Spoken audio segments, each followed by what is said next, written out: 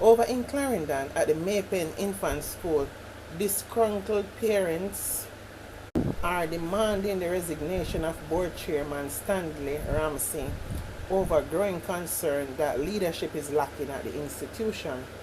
The parents padlocked the school gate Tuesday morning, preventing students and teachers from gaining access.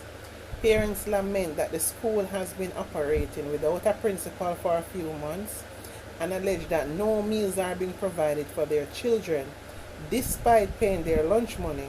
They also allege that the school is not well kept and the janitorial staff are not being paid.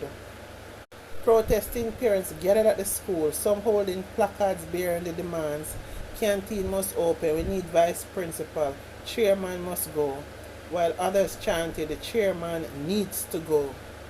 I guess under situations like this the parents make a stand.